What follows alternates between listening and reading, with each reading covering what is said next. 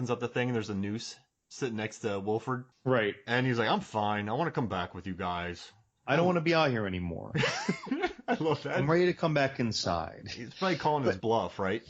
Right. But, well, you know what? It probably wasn't him that was infected first, though, now that I think about it, because after that, right, when you see the dog silhouette approach the human silhouette, it's after that Wilford Brimley is explaining everything that he thinks about this creature and writing in his journal. So he wouldn't have been the first one infected, but maybe the second one infected. I gotta do this math. I gotta do it. I don't know. I get like angry Thing fans, but whatever. All right, second question from Robert. They were so good about sticking together until they had to plant the dynamite.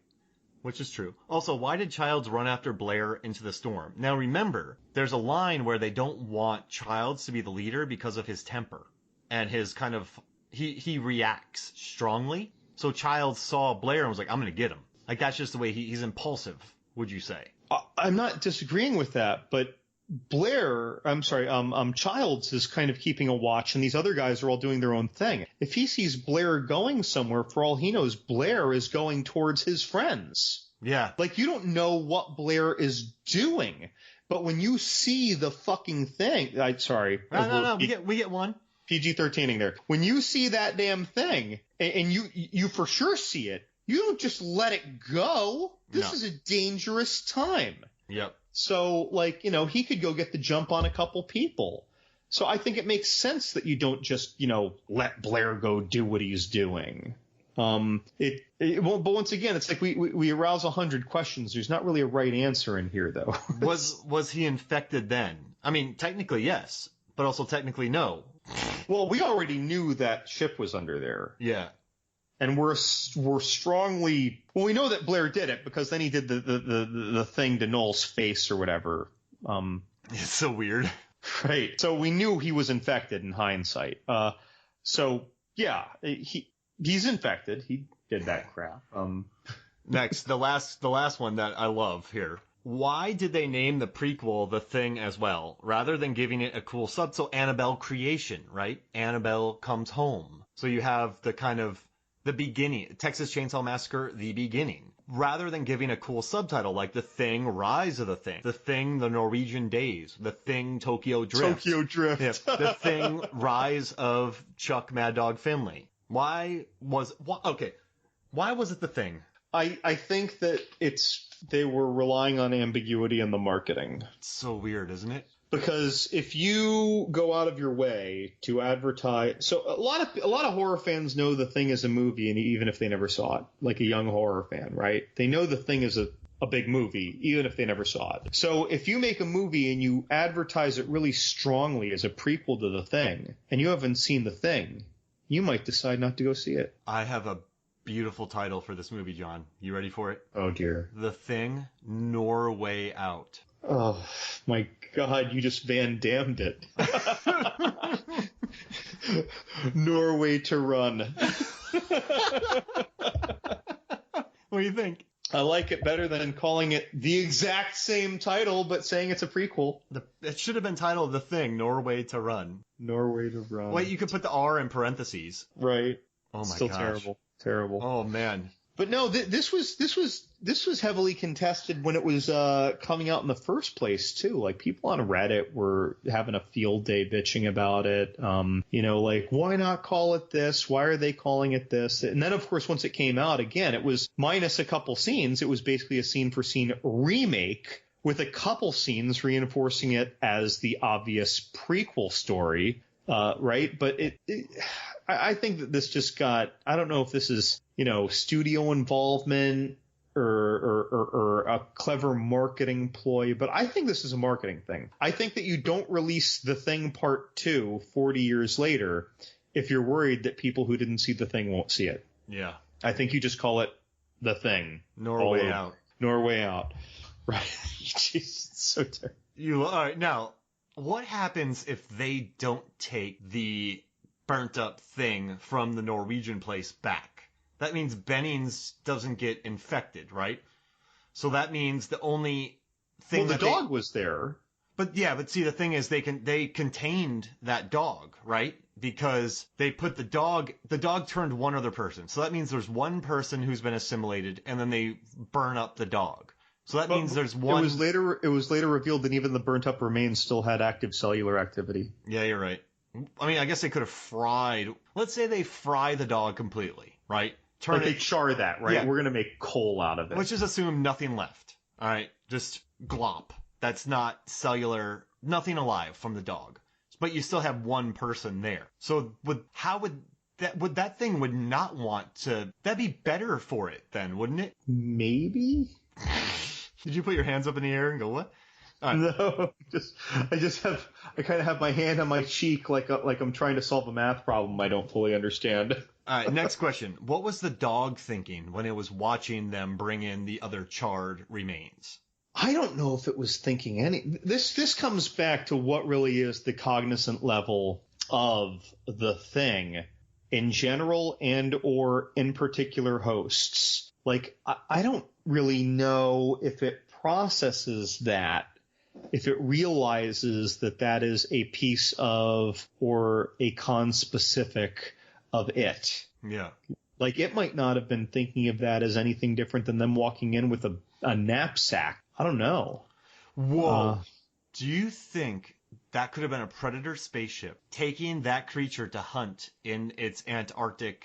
Well, no, this is way up north, but in an underground temple somewhere in the cold temperatures. Could be. What do you think? Could be, totally. I mean, the AVP thing was in Antarctica, wasn't it? Yeah. What? Well. Oh, yeah. What do you think? Yeah, why not? You like that? And Predator opens up with a very similar first scene as the thing. And they get taken over. The aliens kind of take over, and they kill them all. The ship rolling in, yeah. And they blow it all up. Thought? I like it. I also, I gotta tell you, when the thing started too, that opening scene with the spaceship. Yeah. I love those opening scenes. We see that in Predator. We see that in Night of the Creeps. We see that in Critters. That was a readily revisited scene after this movie. And I love those scenes. It's just, it gives it that more credulous sci-fi flavor to the horror execution. They're fun movies. Has the dog scene ever gotten easier to watch? What do you mean easier?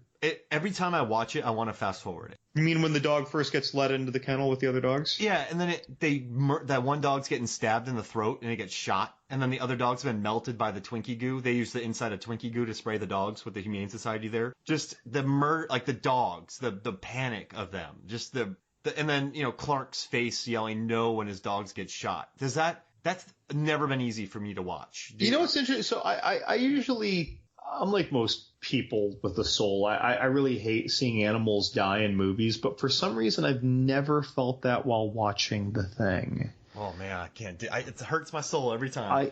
I don't know, but the thing is that in The Thing, it is a special effects creature exacting these activities. It's not like a movie where a serial killer stomps on a dog or stabs a dog and it feels more credible, if you will. Yeah. So I've never made that. It's funny that you mentioned that because I'm only realizing now that I've never made that connection. Whereas normally I hate those scenes and I wince at those scenes. And in this, I never have. To this, it never connected to me as, oh, that poor animal, as it does in most movies. So but again, I guess for me it's so easily removed because you have this fantastical creature doing these fantastical things.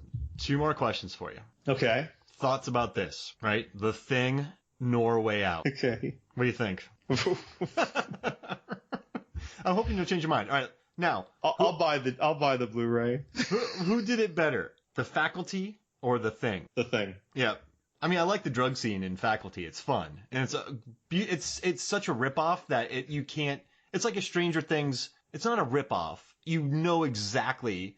They're not stealing. They're basically, I love The Thing, and we're gonna add this scene, right? Well, yeah, but I'd say that The Faculty is more closely replicating the movie Class of 1999 than it is The Thing. Wait, Class of '99? Yeah. When did that come out? Like before 1999. Oh, okay. Because The Thing. The Class of '99 came out in like 1990. Oh, okay. Then they did that scene in Class of '99. Well, no, but I'm saying the movie The Faculty is like is like, I never thought of The Faculty as a play on The Thing. I always thought of The Faculty as a play on Class of 1999. I'm talking about the drug scene where they're huffing the jingle jangle. Oh, just the test scene. Just the test scene. I got you. I wasn't specific. Sure. That yes, I agree. That was a clear play. I love that. That was a popular episode. People love The Faculty, John. It's a cool movie, man. That had so many before they were stars too. No, I think this is good. Anything else we want to cover?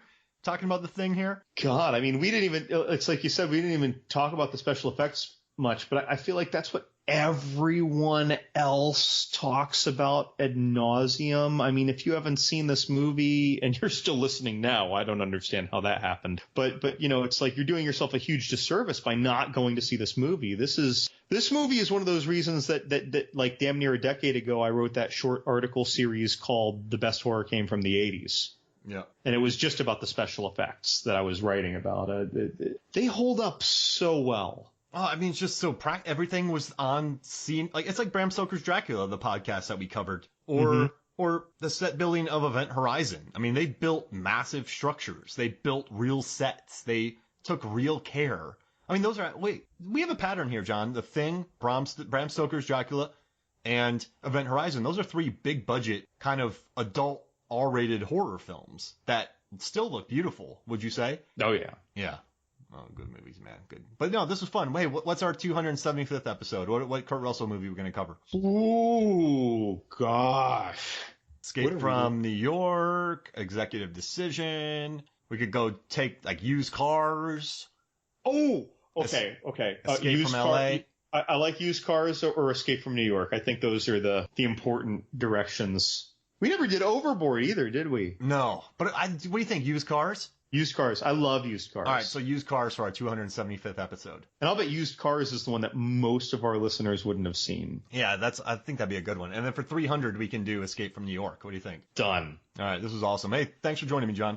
All right, cheers, man. All right, so for me, Mark Hoffmeyer, and for John, Norway to Run, Levengood, this is Movies, Films, and Flicks. We'll see you next week. Norway to Run. Terrible.